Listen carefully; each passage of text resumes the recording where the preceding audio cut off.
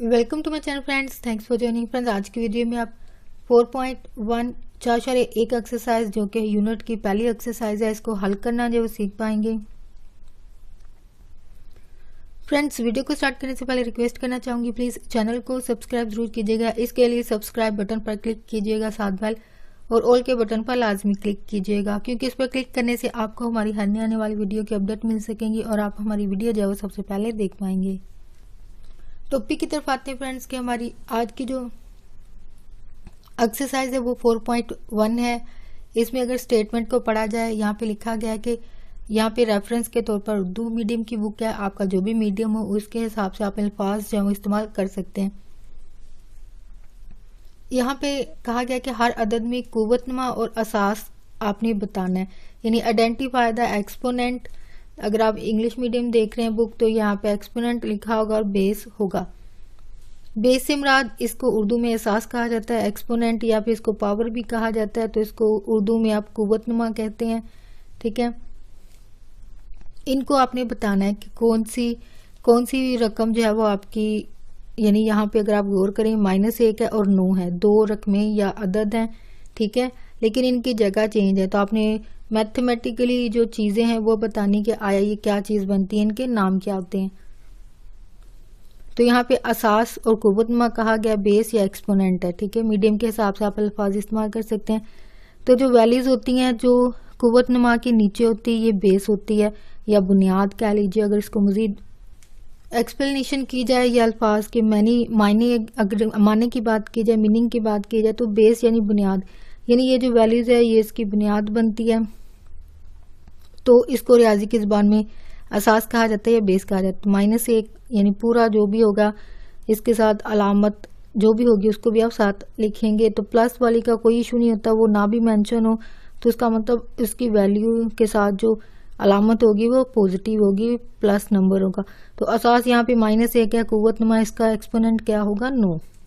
ठीक है, जो ऊपर लिखी होती है वैल्यू वो आपका एक्सपोनेंट होता है या फिर कुव्वतनुमा कहा जाता है। इसी तरह आपके जितने भी सवाल हैं सारे बाकी आपके लिए छोड़े जा रहे हैं, सिर्फ ये 2 बताए जा रहे हैं, यानी आप इन 2 से मेथड को सीख लेते हैं, बाकी सारी बात आपको खुद ही समझ आ जाता है कि जो अंदर वाली वैल्यू होती है यानी कुव्वतनुमा के नीचे जो वैल्यूज होती हैं चाहे वो बट्टे में हो, यहाँ जो डिफरेंस ये है कि यहाँ पे सिर्फ एक वैल्यू थी, यहाँ पे बटा या फ्रैक्शन में कह लीजिए, या फिर ये नातक रैशनल नंबर है, नातक अदद है, तो यहाँ पे साथ माइनस और बटे में आम जुबान में हम इसको बटा कहते हैं कि 6/11 रकम है।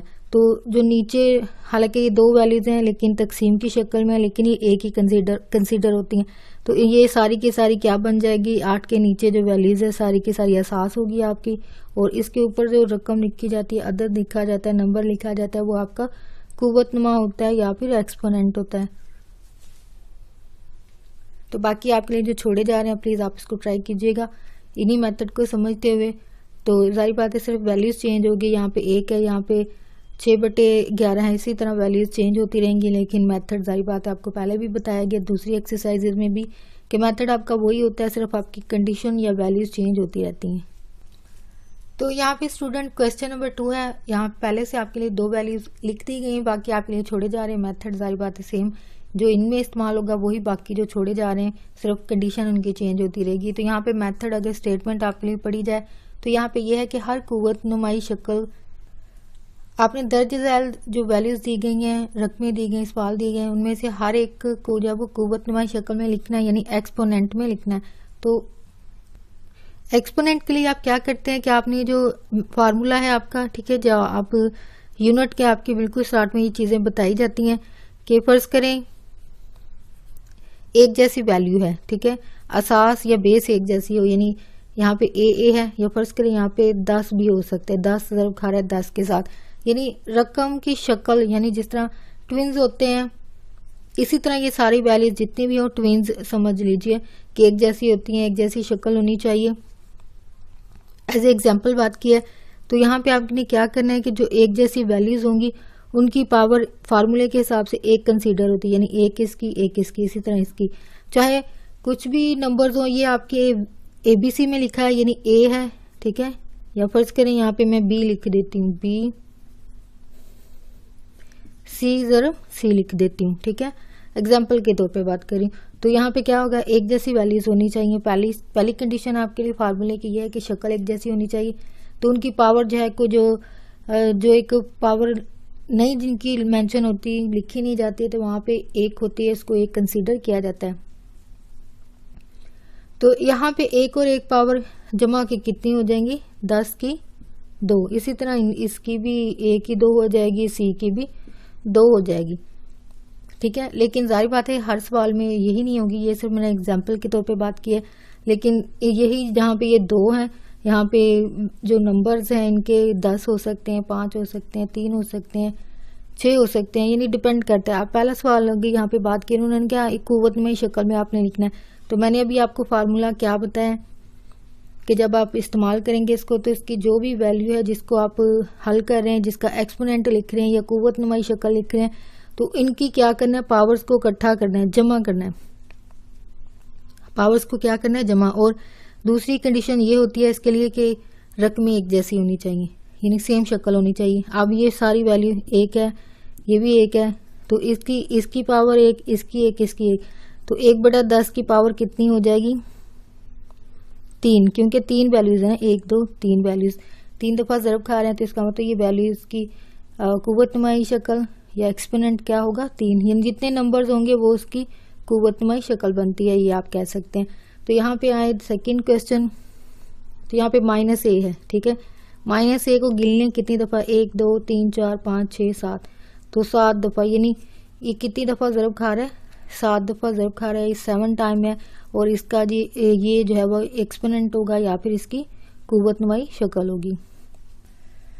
तो नेक्स्ट स्टूडेंट क्वेश्चन नंबर 3 है। यहाँ पे अगर स्टेटमेंट को पढ़ा जाए तो यहाँ पे प्रूव दैट होगा इंग्लिश मीडियम में, तो यहाँ पे कहा गया कि साबित कीजिए, पड़ताल कीजिए एक तरह से। इसमें आपने क्या करना है कि लेफ्ट और राइट साइड होती है, ठीक है। मेथड आप पहले सीख चुके हैं। अब यहाँ पे जो मजीद एक इजाफा हुआ है आपके सवाल की कंडीशन में, लेफ्ट और राइट। अब लेफ्ट राइट का आपको कैसे पता चलता है, ये जो इक्वल या बराबर की जो अलामत होती है, ये इस चीज को जाहिर करती है कि बराबर ये 2 साइड है, यानी आपके दाईं तरफ वाली राइट होती है, आपके बाईं तरफ वाली लेफ्ट, यानी बाईं तरफ वाली वैल्यूज होती हैं, रकम होती है, ये साइड होती है।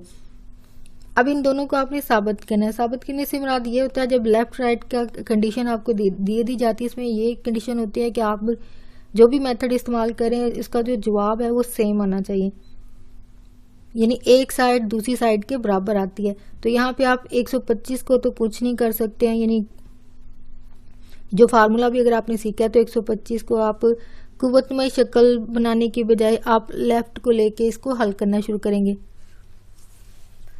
ठीक है। यानी इसको इसके बराबर भी किया जा सकता है, यानी 125 को आप कुव्वतनुमाई शक्ल लिख रहे हैं जो कि आप मेथड सीख चुके हैं। लेकिन क्योंकि हम बुक के हिसाब से मेथड कर रहे हैं तो यहाँ पे आप लेफ्ट साइड को लेके करेंगे। तो लेफ्ट साइड में आपके पास है 3, 5 की पावर है 3। अब पावर आपको पता है कि इस पावर का मतलब ये होता है, ये जो नीचे बेस है या आपकी जो असास है उसने उतनी दफा ज़रब खाई है जितनी दफा वो पावर लिखी होती है। यहाँ पे 3 है तो इसका मतलब 5 ने कितनी दफा ज़रब खाई है, 3 टाइम। अगर ये 10 होता तो 10 टाइम्स तक आप लिखते हैं, यानी डिपेंड करता है आपकी कंडीशन पर। यहाँ पे 3 है तो इसका मतलब सिर्फ 3 तक ही लिखेंगे। तो यहाँ पे क्योंकि ज़रब की अलामत होती है जो कि कंडीशन के हिसाब से आप करते हैं कि कुव्वत का मतलब ये होता है कि ये असास जो है वो आपस में ज़रब खा रहे हैं, जो कि आपके फार्मूले के हिसाब से है। होप आपको ये कंडीशन क्लियर हो गई हो। पहले इसको समझिए, फिर आपके बाकी सवाल करना आसान हो जाएंगे।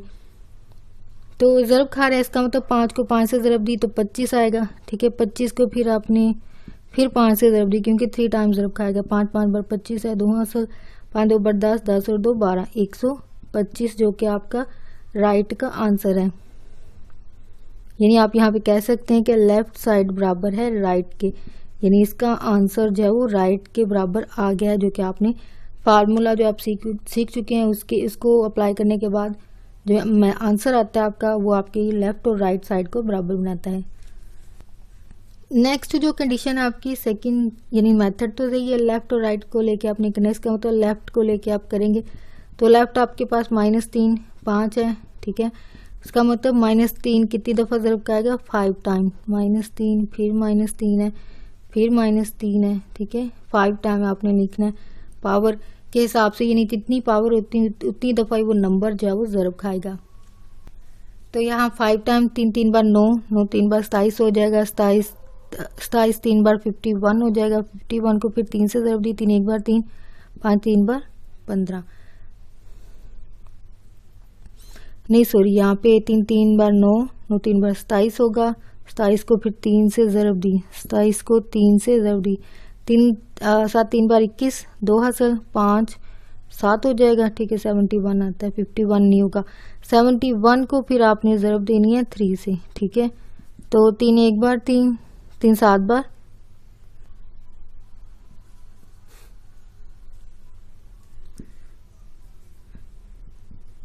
3 को आपने 5 टाइम ज़रब दी, 3 3 बार 9, 9 3 बार 27, 27 को 3 से दी तो 81 आएगा, 81 को फिर 3 से ज़रब दिया आपने, ठीक है।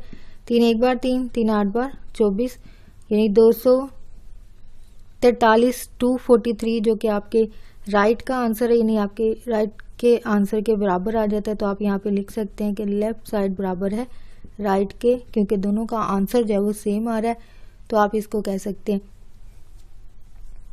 इसी सवाल का नेक्स्ट जो बनता है सवाल जो है वो कंडीशन ये है कि लेफ्ट राइट में -4 है, यानी अब ये आपके ये वाले सवाल क्योंकि सादा वैल्यूज थी, एक दफ़ा जमा वाली और फिर माइनस वाली आगे, अब यहाँ पे बटे वाली, ठीक है। जो कंडीशन आपकी चेंज हो रही है वो है बटे वाली वैल्यूज यहाँ पे आ रही हैं, यानी इसको आपने बटे, आंसर तो वही है, यानी फ्रैक्शन वाली है या नातिक नंबर है, आपका रैशनल नंबर आ गया जो कि बटे की शक्ल में, तो मेथड तो वही है, लेकिन यहाँ पे ये होगा कि ऊपर वाले का अलग से होगा, यानी 4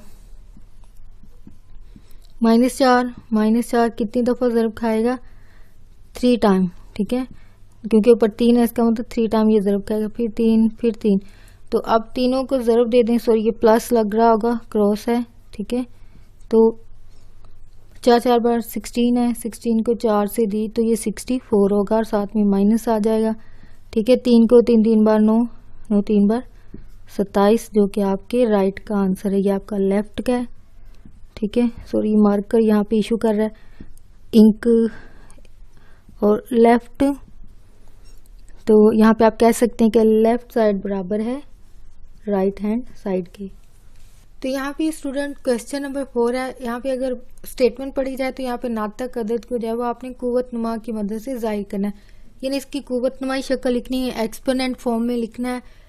एक्सपोनेंट की आप जब लिखेंगे इसके लिए 2-3 मेथड होते हैं, या तो आप जुबानी सोच लीजिए, यानी कुछ बच्चे जो इनको टेबल्स और पहाड़े इतने अच्छे तरीके से याद होते हैं कि इनको जुबानी भी पता चल जाता है कि इसके अज्जाए ज़रबी जो कि आप 4 क्लास में 5th क्लास में सीखते हैं कि अज्जाए ज़रबी बनाना या फैक्टर बनाना सीखते हैं, ठीक है। आपको पता होता है कि 3 के पहाड़े के फैक्टर क्या होते हैं या अज्जाए ज़रबी क्या होते हैं, 3 1 बार 3 6, यानी एक तरह से पहाड़ा ही लिखा जाता है। होप आपको ये लिखने से या बताने से भी याद आ गया होगा, या आपने किए होते हैं सवाल, ठीक है। तो वही चीज़ जो आप मेथड सीख के आ चुके हैं, आपके जो पिछले लेवल का पिछली क्लास का जो एक मेथड होता है वो आपके आगे जो एक्सरसाइजेज होते हैं उनमें इस्तेमाल होता है। जैसे कि अभी यहाँ पे फैक्टर का मेथड इस्तेमाल होगा, या आप तकसीम कह लीजिए, इसको तकसीम भी कर सकते हैं, या फिर एलसीएम या तकसीम एक ही मेथड के 2 नाम है। तो अगर 21 के आप एलसीएम भी लेते हैं 121 का, तो ये 11 के पहाड़े में जाते हैं, ठीक है। और किसी टेबल में ये नंबर जो है वो नहीं आता 121, तो ये 11 बार 121 होता है और 11 1 बार 11, ये एक तकसीम का अमल है, ठीक है। ये आप लिखेंगे, इसके फैक्टर लिखेंगे पहले, ठीक है, जो कि आपको तकसीम के अमल से पता चल जाते हैं, या जिन बच्चों को जुबानी पता चल जाते हैं, जैसे कि 8 के अगर आप करते हो, यानी फैक्टर पहाड़े की तरह नहीं होते हैं, सॉरी अगर यहाँ पे फैक्टर की तरह नहीं बल्कि आप मेथड करेंगे तकसीम का अमल, ठीक है। यानी एक्चुअल में जो अमल होगा यानी फैक्टर नहीं होंगे बल्कि तकसीम का अमल होगा, या जिसको एलसीएम भी कहा जाता है, जो कि तकसीम ही होती है। जो अभी आपके सामने ये मेथड लिखा है कि 121 को आपके 11 का जो पहाड़ा सिर्फ वही तकसीम कर सकता है, कोई और पहाड़ा इस नंबर को जो है तकसीम नहीं कर पाता है, तो इसलिए 11 बार 121 होता है, जो कि इस तरह की शक्ल में लिखे जाते हैं, फैक्टर बनाए जाते हैं। तो एक जैसे जो होंगे उनकी पावर को जमा करना होता है, यानी एक किसकी होगी, क्योंकि एक जैसी शक्ल है 11 11, तो एक और एक पावर जमा के कितनी हो जाएगी 11 की 2, यानी 11 को हम 2 दफा ज़रब दें तो वो क्या आंसर आता है 121 आता है। तो नेक्स्ट जो सवाल है आपका इन्हीं सवालों में बटे की शक्ल का है, फ्रैक्शन में आ रहा है, ठीक है। तो एक तरह से इनको तकसीम ही करना भी बात हुई है कि यानी एलसीएम लेना 2 के पहाड़ से ये हो सकता है, जिस टेबल से ही हो सकता है तकसीम उससे आप करेंगे, वो है 2, तो 4 बार 8 है, फिर 2 2 बार 4 आता है, 2 1 बार, तो इसके फैक्टर क्या बने 2 ज़रब 2, ठीक है। 343 ये नंबर जो है वो 7 के पहाड़े से तकसीम हो सकता है, ठीक है। तो 343 है 7 4 बार 28 होगा, 7 5 बार 35, वो 34 से जब वो बड़ा आ जाए तो बड़ा नहीं ले सकते आप, ठीक है। आप तो यहाँ पे आएगा, सॉरी दूसरी तरह डिवाइड कर रहे हैं ना, इस तरह करेंगे, 4 बार आ गया 7 4 बार 28 है, तो 28 के आगे जाएगा 4 ये 2 6 63 हो जाएगा, तो 9 टाइम ये 9 7 बार क्या होता है 63, तो फिर ये 49 जो सिर्फ 7 के टेबल में तकसीम होता है, 7 7 बार 9 7 1 बार 7, तो ये जो फैक्टर आ चुके हैं इनको उठा के लिख दें 7 1 बार 7। तो अभी आपने इनकी किस शक्ल में लिखना है, इनको कुव्वतनुमाई शक्ल में लिखना है, यानी एक्सपोनेंट पावर की शक्ल में लिखना है, लेकिन उससे पहले आपको तकसीम का अमल करना पड़ता है नंबर्स के लिए, जो अभी आपके सामने अलग सबका किया है। तो ये पावर जमा हो गया, अब 1 1 1 जमा की कितनी हो जाती 2 की 3, इसी तरह आ जाए तो सबकी लिख दें, अलग अलग लिखने की जरूरत नहीं होती आपको। तो 7 1 और 1 यानी इसकी तीनों की जमा होके कितनी हो जाएगी 3, ठीक है। तो ब्रैकेट लगाएं और ऊपर 7 लिख दें, ये भी ठीक है, ठीक है, लेकिन आपको प्रॉपर तरीके से आप ये कर सकते हैं कि ब्रैकेट लगाएं और ये ऊपर लिख दें। इसका मतलब यही होता है कि 2 के अलग से पावर होगी और 7 की अलग से होगी, जो कि आपका फाइनल आंसर बनता है। होप आपको मेथड क्लियर हो गया हो, ठीक है। अगर आज की वीडियो आपके लिए फ्रेंड्स हेल्पफुल रही है, आपके लिए मददगार साबित हुई है, आपको आज की वीडियो से आपके लिए एक्सरसाइज को समझना हल करना आसान हुआ है, तो प्लीज़ मेरी वीडियो को लाइक और शेयर लाजमी कीजिएगा। अगर आप यहाँ पे कोई स्टूडेंट हो तो फेलो स्टूडेंट के साथ, अपने फ्रेंड्स के साथ, अगर आप यहाँ पे कोई टीचर हो पेरेंट्स हो तो प्लीज़ अपने स्टूडेंट के साथ, आगे फ्रेंड्स के साथ मेरी वीडियो को लाजमी शेयर कीजिएगा, ताकि ज़्यादा से ज़्यादा स्टूडेंट की हेल्प हो सके और वो रियाजी को हल करना जो है वो सीख पाएँ। आपका वीडियो देखने के लिए बहुत शुक्रिया।